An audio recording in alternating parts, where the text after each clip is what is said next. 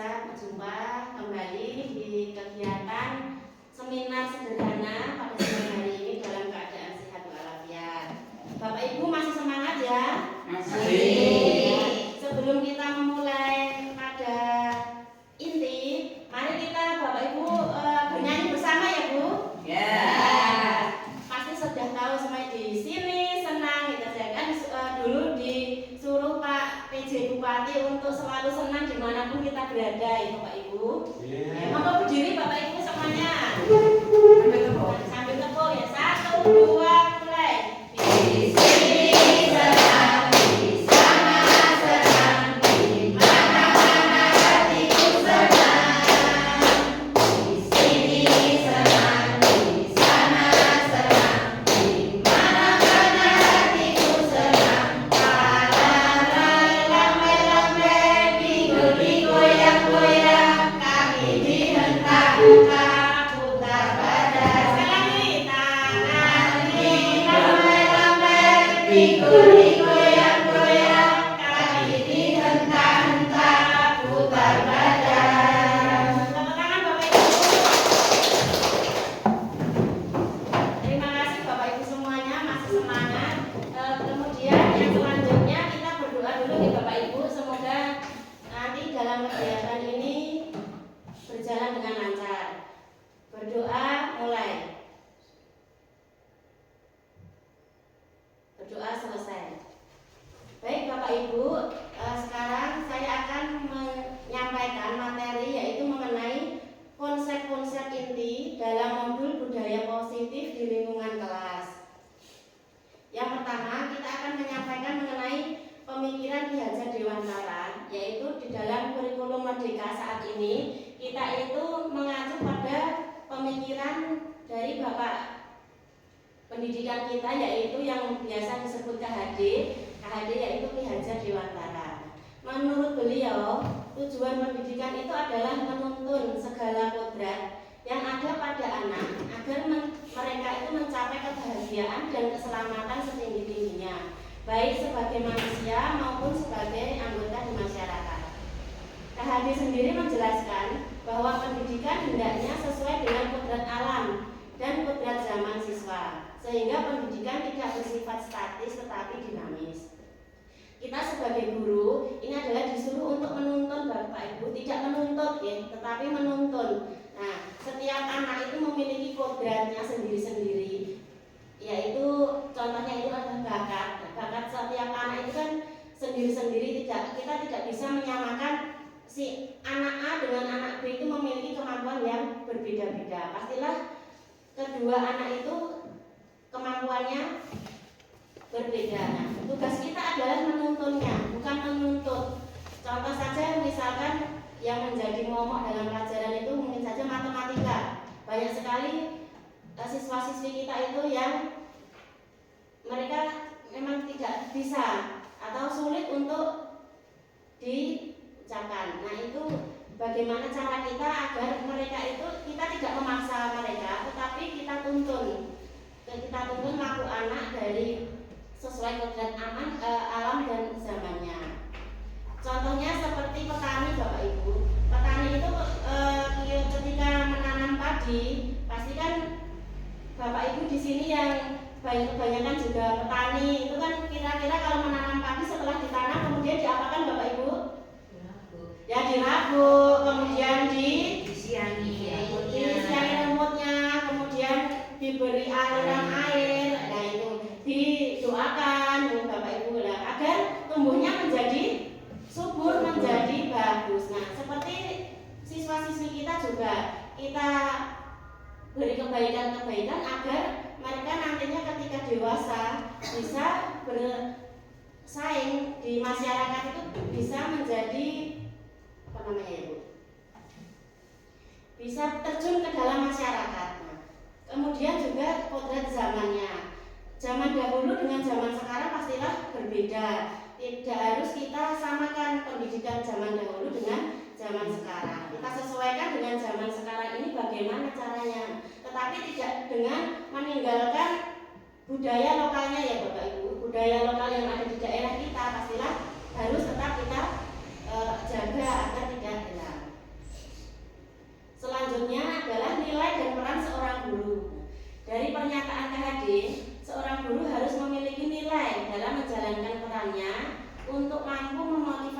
muridnya menuju kebahagiaan. Nilai-nilai guru ada beberapa, yaitu yang pertama berpihak pada murid, kemudian mandiri, kreatif, reflektif, dan inovatif. Diharapkan guru-guru itu kita memiliki nilai-nilai seperti ini. Paling utama yaitu berpihak pada murid. Jadi sebagai guru kita harus namanya itu student center, okay? Kalau dulu kan teacher center, nah sekarang student center. Apa yang mereka inginkan, nah kita bisa berkolaborasi dengan siswa agar pembelajaran itu bisa lancar. Kemudian mandiri, kreatif, reflektif, dan inovatif. Selanjutnya peran guru, yaitu kita bisa memimpin pembelajaran yang menjadi coach bagi guru lain, kemudian mendorong kolaborasi dan mewujudkan kepemimpinan murid dan menggerakkan komunikasi praktisi. Dahulu kita sudah bisa membentuk komunitas praktisi ya Bu. Ya, semoga nanti komunitas praktisi kita bisa berjalan dengan lancar. Selanjutnya yaitu visi sekolah. Di dalam sebuah organisasi itu pastilah memiliki visi. Organisasi dibentuk pasti memiliki sebuah visi. Nah, sama dengan sekolah. Sekolah kita pastilah juga memiliki visi. Nah, ketika membuat visi itu kita tidak seenaknya sendiri ataupun kita seinginnya kita bagaimana. Tetapi kita ada namanya tahap-tahapnya. Yaitu tahapnya itu ini, bagja ini ya, tahapan bagja. Yaitu kita yang pertama buat dulu pertanyaan, kemudian ada ambil pelajaran, kemudian gali mimpi, jabatan rencana, dan atur eksekusi. Nah, ini disebut tahapan bagja. Ketika kita sudah membuat pertanyaan, apa yang kita inginkan dari sekolah kita? Sekolah kita itu kita menginginkan siswa yang bagaimana atau sekolah yang bagaimana? Nanti kita bisa buat pertanyaan, kemudian gali mimpi ini masa yang akan datang itu bagaimana. Kemudian yang selanjutnya adalah disiplin positif. Dari tahapan bagja tersebut akan muncul pembiasaan-pembiasaan positif yang dikenal dengan budaya positif. Budaya positif ini akan menimbulkan rasa aman dan nyaman pada murid dalam proses pembelajaran. Budaya positif juga mendorong murid untuk mampu berpikir, bertindak, dan menciptakan dengan merdeka, mandiri, dan bertanggung jawab. Kita kenalkan mengenai apa saja budaya-budaya positif yang ada di sekitar kita. Kira-kira apa saja Bu budaya-budaya positif yang sudah kita terapkan kepada siswa-siswi kita? Pertamanya setiap pagi itu biasanya kita kan ada piket bersalaman ya. 5S itu ya Bu. Apa saja monggo Bapak Ibu 5S? Senyum, salam, sapa, sopan, santun. Nah, itu kita sudah menerapkan.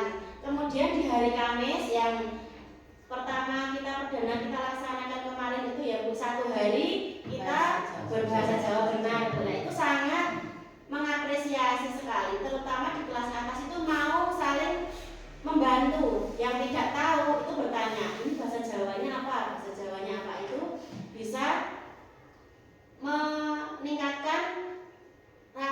meningkatkan pemahaman mereka mengenai budaya Jawa. Kemudian ada bertanggung jawab, contohnya kita sudah menyediakan tong sampah di depan. Nah, itu kan tujuannya agar anak itu ketika membuang bungkus jajan dibungkus di tong sampah. Itu adalah beberapa dari budaya positif. Kemudian motivasi perilaku manusia, yaitu yang pertama untuk menghindari ketidaknyamanan atau hukuman. Maaf ya Bu, ini kemudian menghargai diri.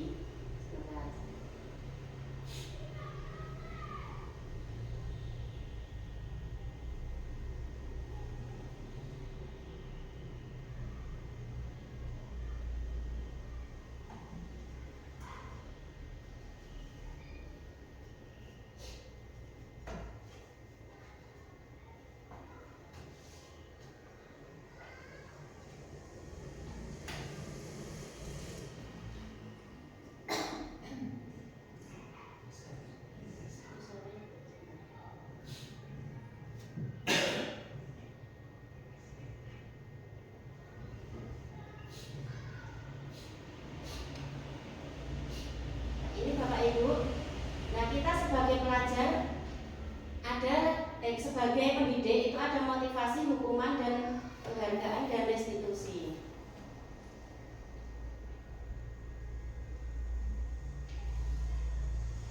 Ada 3 motivasi perilaku manusia yang bisa yang ada pada diri kita, misalkan untuk menghindari ketidaknyamanan atau hukuman. Contohnya, misalkan Bapak Ibu guru yang sering datang paling pagi siapa ya Bapak Ibu? Coba Bu Tia, ya. Contohnya Bu Tia, coba. Bu Tia ketika datang karena pagi, nah apa motivasinya Bu Tia itu kenapa kok datangnya pagi? Karena apakah Bu Tia itu merasa ketidaknyamanan atau dihukum, takut nanti kalau dihukum Bu Kepala Sekolah, maka Bu Tia datangnya pagi. Atau yang kedua, karena ingin mendapatkan imbalan atau penghargaan dari orang lain, Bu Tia datangnya pagi karena ingin dihargai oleh kepala sekolah atau dengan guru lain. TPP-nya tambah, atau Bu Tia pengen dipuji oleh orang lain. Yang kedua, atau yang ketiga adalah karena Bu Tia itu menghargai dirinya sendiri, menghargai bahwa kita itu adalah seorang pendidik. Nah, seorang pendidik kita harus percaya dengan nilai-nilai pada diri kita. Karena kita itu seorang pendidik, maka harusnya kita harus datang lebih awal, paling misalkan masuknya jam 7 yang lebih kurang dari jam 7, kok tidak kok jam 8 baru datang atau jam 9. Nah, kalau dulu guru-guru dulu kan sering Bu, banyak sekali kita temui seperti itu. Nah, coba kira-kira dari ketiga ini yang paling baik yang mana Bu? Nomor 1, nomor 2, atau nomor 3? Nomor 3. Kita datang ke sekolah karena kita menghargai diri kita sendiri. Kita merasa bahwa kita itu adalah seorang pendidik, maka kita harus menjadi teladan yang baik. Seperti yang diungkapkan oleh Ki Hajar Dewantara itu kan ada 3 filosofinya, yaitu ada yang tahu Bapak Ibu?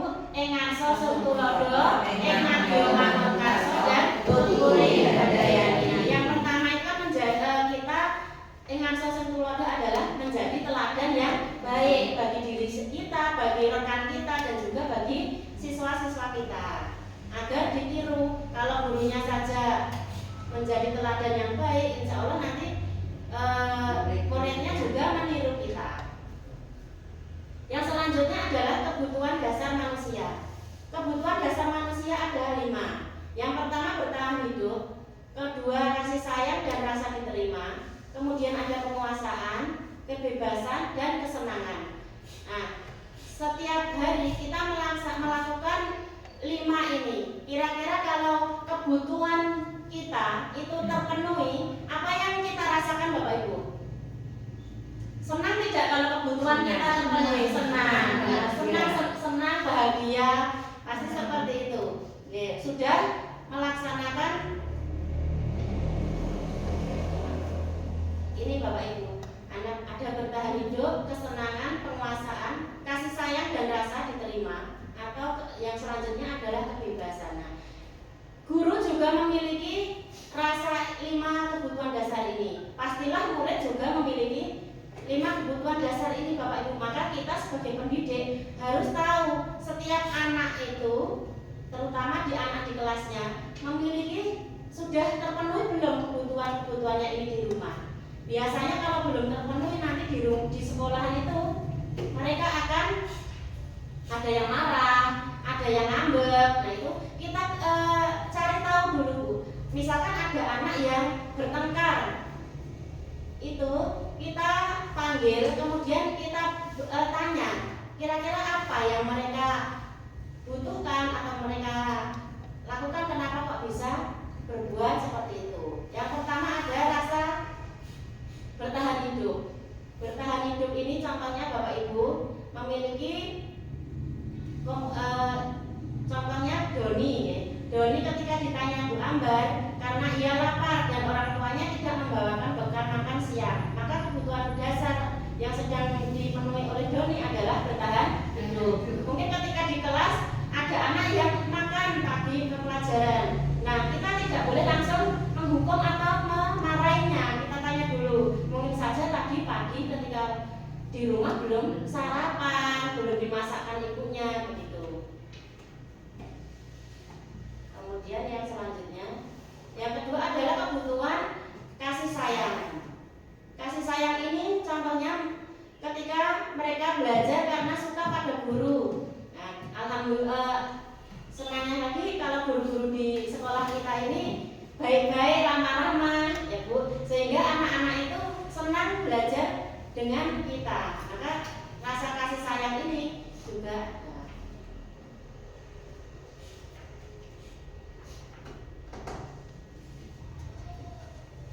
Nah, ketika Doni tadi makan tidak membawa bekal dari rumah, kemudian Doni diberi oleh gurunya dan temannya, sehingga ketika di rumah Doni itu berkata kepada orang tuanya agar orang tuanya untuk memperhatikannya. Nah, ini kebutuhan kasih sayang.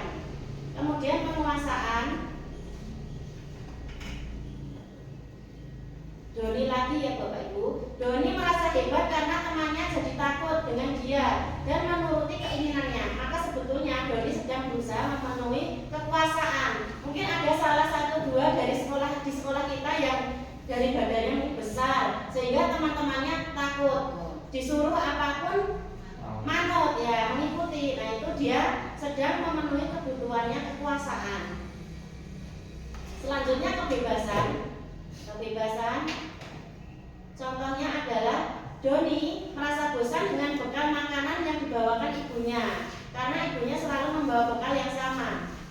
Contohnya misalnya setiap hari hanya dengan telur, terus setiap hari karena peternak telur ayam telur, sehingga setiap hari dibawakan telur terus. Nah, Doni kan pasti bosan kalau dibawahi telur terus. Akhirnya Doni ini mencoba makanannya teman-temannya yang berbeda, sehingga Doni ini tadi memenuhi kebutuhannya yaitu kebebasan. Selanjutnya yaitu kesenangan.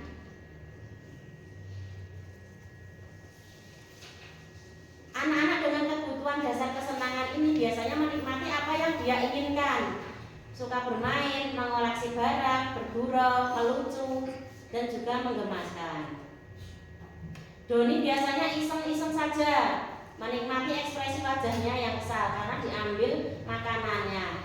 Ekspresinya itu lucu. Maka Doni berusaha memenuhi kebutuhannya yaitu kesenangan.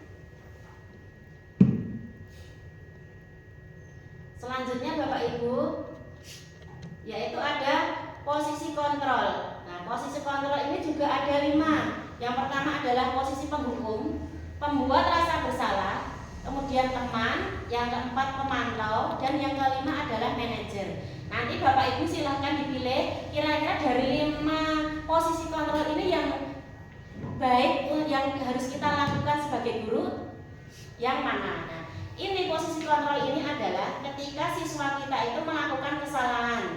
Ketika melakukan kesalahan, guru-guru kita itu pastilah semuanya sudah pernah melakukan dari kelima hal tersebut.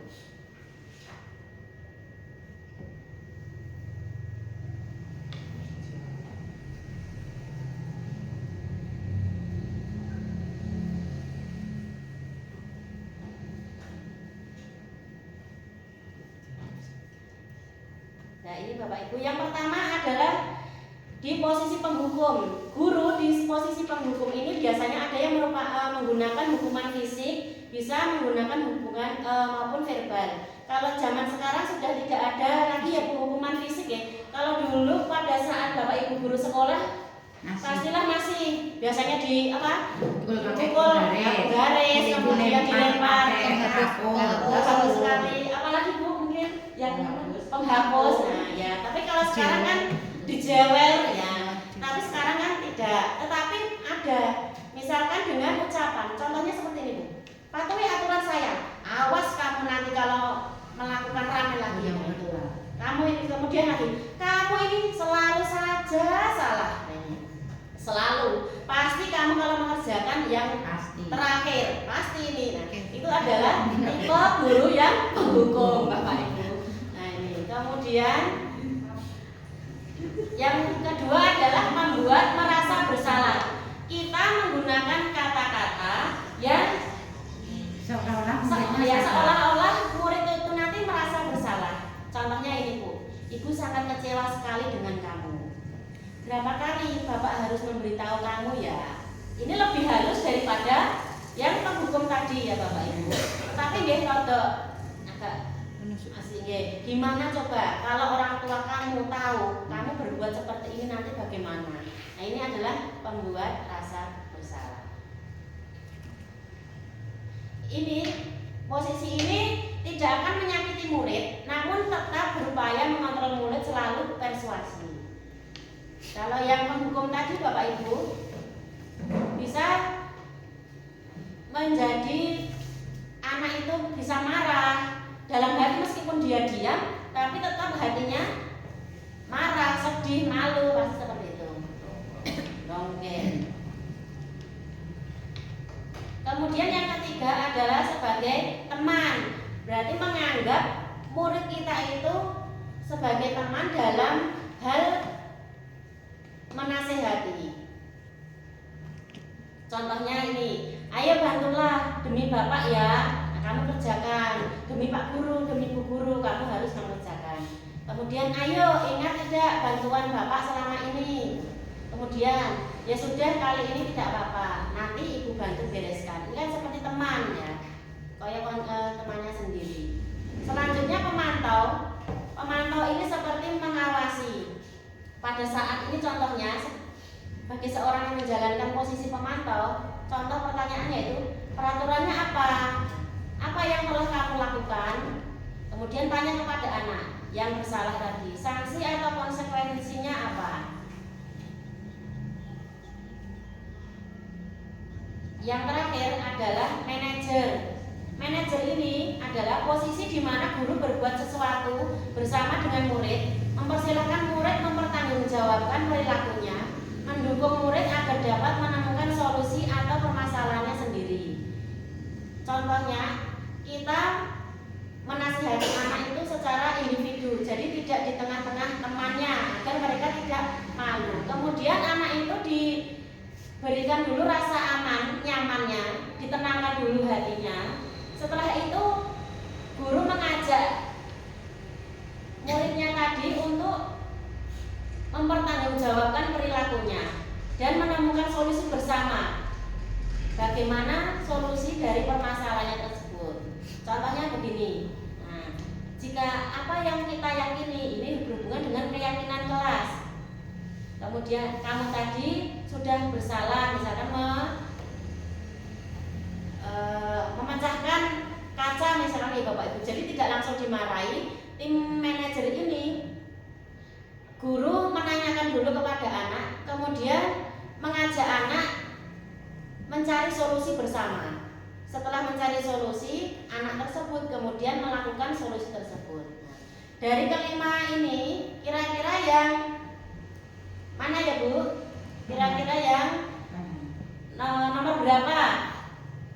Yang lebih baik yang kita lakukan adalah nomor 3, 5.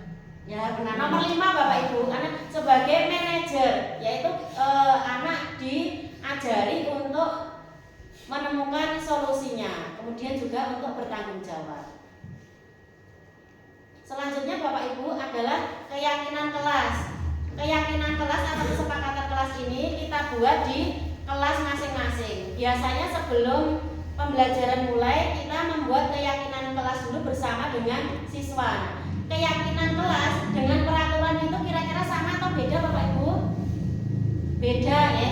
Kalau peraturan itu yang menentukan dari pihak sekolah atau pihak guru harus dilaksanakan. Tetapi kalau keyakinan kelas, ini keyakinan kelas ini dibuat atas kesepakatan antara guru dengan siswa. Jadi dua ini bisa bekerja sama dan berkolaborasi agar dalam pembelajaran di kelas itu bisa berjalan dengan lancar. Nah, dalam membuat keyakinan kelas ini, kita tidak boleh menggunakan kata-kata yang negatif, Bapak Ibu. Maka kita harus menggunakan kata-kata yang positif.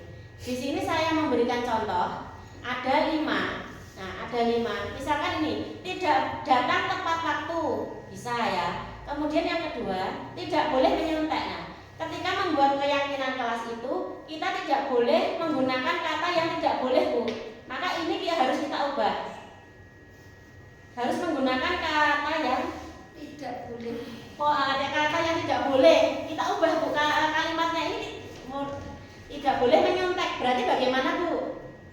Harus jujur. Nah ya itu diganti Harus jujur dalam mengerjakan soal. soal. Nah, seperti itu. Kemudian tidak boleh berkata kotor. Berarti bagaimana Bu? Harus berkata dengan Nah, ya, baik. berkata yang sopan. Jadi katanya itu diubah. Kita tidak boleh menggunakan kata yang tidak boleh. Kemudian yang nomor 3 Bu, ini juga tidak membuat gaduh saat pelajaran. Ini kita ubah kalimatnya. Tidaknya dihilangkan. Kira-kira bagaimana Bu? Tidak membuat gaduh itu berarti anak harus apa? Tenang. Tenang. Berarti kalimatnya tenang saat Menerima pembelajaran. Bagus ya Bu ya. Saat tenang saat menerima pembelajaran di kelas. Kemudian Bapak Ibu ini yang terakhir, tidak memotong pembicaraan. Jadi ketika ada teman atau guru yang berpendapat menyampaikan materi, kita tidak boleh langsung memotong pembicaraan, langsung bertanya, tidak boleh. Nah, kira-kira katanya bagaimana ya Bapak Ibu? Menghargai orang lain. Nah, bagus.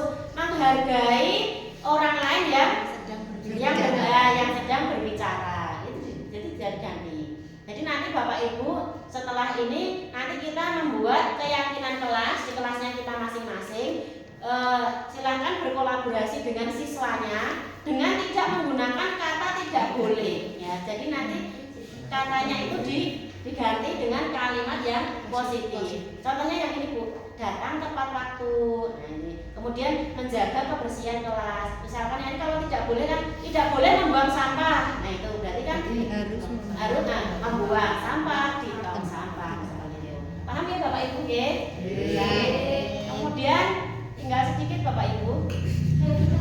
Yang ketiga atau yang selanjutnya ini adalah segitiga restitusi Bapak Ibu. Nah tahapan ini tahapan yang harus kita laksanakan ketika kita menghadapi siswa-siswi kita yang bermasalah atau melakukan kesalahan. Yang pertama ada menstabilkan identitas, yang kedua ada validasi tindakan yang salah, kemudian yang ketiga ada menanyakan keyakinan. Ya, seperti yang di awal tadi nih Bapak Ibu, ketika anak kita itu melakukan kesalahan, ya hal yang harus dilakukan oleh guru yang pertama itu adalah tenang dulu Bu.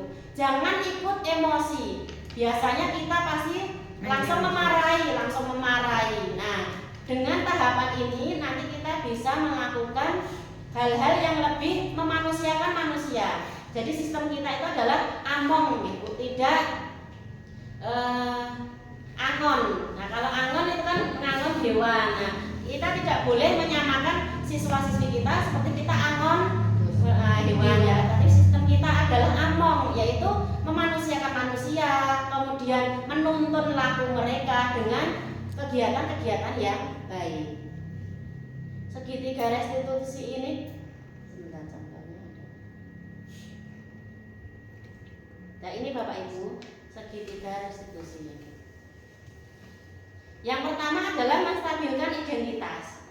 Ketika anak kita melakukan kesalahan, contohnya saja ada anak Doni tadi ya Bu. Doni itu membuang bungkus jajan di halaman, padahal sudah disediakan tong sampah. Nah, apa yang harus kita lakukan sebagai guru? Yang pertama adalah menstabilkan identitas. Contohnya ini. Nah, tidak ada ya kamu dipanggil dulu gitu. Anaknya itu dipanggil, bisa di kelas atau di kantor, ditanya dulu. Ibu tadi melihat Doni sedang membuang sampah di halaman, padahal tong sampah sudah disediakan. Nah, Bu Guru dulu juga pernah melakukan kesalahan seperti itu, tapi hal tersebut tidaklah benar. Mari kita melakukan solusi dari permasalahan ini. Dibuat dulu hati anak itu nyaman Bu. Ketika dia panggil pasti dia takut. Dia takut dan mesti Bu Guru pun memarahi saya. Nah, maka dinyamankan dulu, hatinya ditenangkan, baru kita ajak bicara. Setelah melakukan menstabilkan identitas tadi, kemudian kita melakukan yang kedua adalah validasi tindakan yang salah. Nah, contohnya itu melakukan alasan, bertanya alasannya kepada anak. Doni, kenapa? Coba ceritakan kepada Bu Guru. Alasanmu apa tadi? Kamu membuang sampah di halaman sekolah, padahal sudah disediakan tong sampah. Nah, contohnya ini yang lain juga sama Bu. Kamu pasti punya alasan mengapa melakukan hal itu. Kalau sudah anak itu jujur, berkata jujur, mungkin malas atau tong sampahnya terlalu jauh, atau memang anaknya yang usil karena membutuhkan kebutuhan dasar tadi. Nah, setelah itu kita tanya lagi tentang menanyakan keyakinan. Nah, keyakinan ini contohnya yang kita kira-kira coba pikirkan, Doni, keyakinan kelas yang sudah kamu langgar apa? Nah, kira-kira peraturan apa yang sudah kamu langgar di sekolah ini? Nah, bisa membuang sampah itu bisa rasa tanggung jawab atau rasa sopan santun. Kalau membuang sampah berarti rasanya rasa tanggung jawab ya Bapak Ibu, tanggung jawab pada diri sendiri. Nah, ketika mereka sudah mau menjawab, kemudian kita ajak, nah solusinya bagaimana? Baru kita nasihati. Doni, contohnya begini Bapak Ibu, Doni, membuang sampah di halaman itu nanti akan menyebabkan apa Bu? Menyebabkan apa kira-kira kalau membuang sampah di halaman? Kotor, menimbulkan penyakit, tidak indah pemandangannya. Nah, maka harus dibuang di tong sampah. Kemudian dipahamkan kepada anak seperti itu. Kalau anak sudah paham, kemudian kita tanya lagi, kalau kamu sudah paham, kira-kira apa yang harus kamu lakukan nantinya? Nah, anak-anak tadi berjanji tidak untuk membuang sampah di tong sampah. Dengan segitiga restitusi ini, maka akan lebih memanusiakan manusia Bapak Ibu. Jadi kita tidak langsung menghukum anak. Nah, jadi kita tanya dulu alasannya kepada anak tersebut. Demikian Bapak Ibu yang bisa saya sampaikan. Mungkin ada pertanyaan dari Bapak Ibu, monggo. Saya Bu mau bertanya. Iya Bu Tia, sebentar Bu Tia mau bertanya. Monggo silakan Bu Tia, nanti bertanyanya.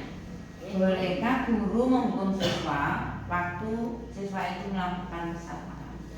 Baik, pertanyaan yang hebat sekali dari Bu Tia. Bu Tia menanyakan bahwa bolehkah kita sebagai guru untuk menghukum siswa kita yang melakukan kesalahan. Nah, kita ulas kembali Bapak Ibu, kalau di zaman dahulu masih bebas ya Bu kita menghukum anak. Tetapi kalau di kurikulum ini, nah, kita usahakan untuk tidak menghukum anak ya.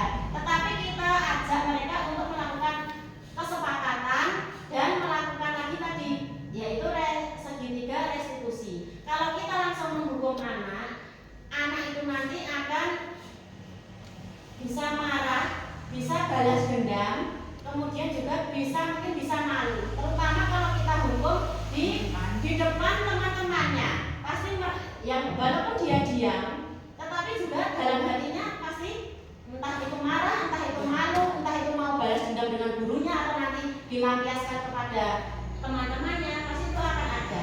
Maka kita sebagai guru sebaiknya untuk menghilangkan hukuman kepada siswa, tetapi kita ajak untuk membuat kesepakatan kelas. Ketika kamu melakukan kesalahan, nanti apa yang harus kamu, konsekuensinya apa yang harus kita lakukan untuk solusinya. Sehingga ketika sudah ada kesepakatan, anak nanti harus melaksanakan